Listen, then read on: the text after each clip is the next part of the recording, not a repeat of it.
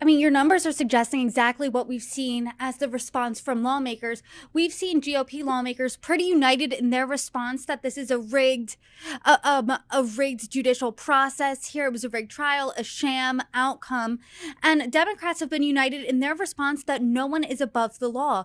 In the poll, do voters think that Trump is guilty, or does that fall amongst party lines? So, by a small margin, voters think that Trump was guilty. I mean, we asked the question, regardless of what you think of Donald Trump, do you think he's mostly guilty of the crimes that he has just been convicted of in the state of New York, or were these politically motivated charges in a trial held in a democratic jurisdiction, and he was, largely not guilty? 57% say largely guilty or mostly guilty. 47%, 43% say largely not guilty.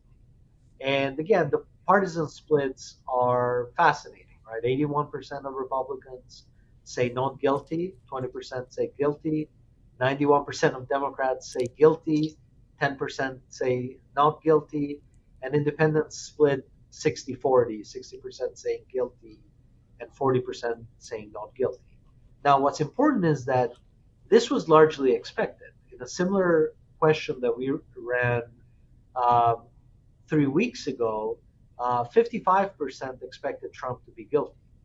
So when I say that it's already factored in into public opinion, that's what I mean. That I think that the decision went by and large in line with the broad expectation of each of the voter groups and voters in general.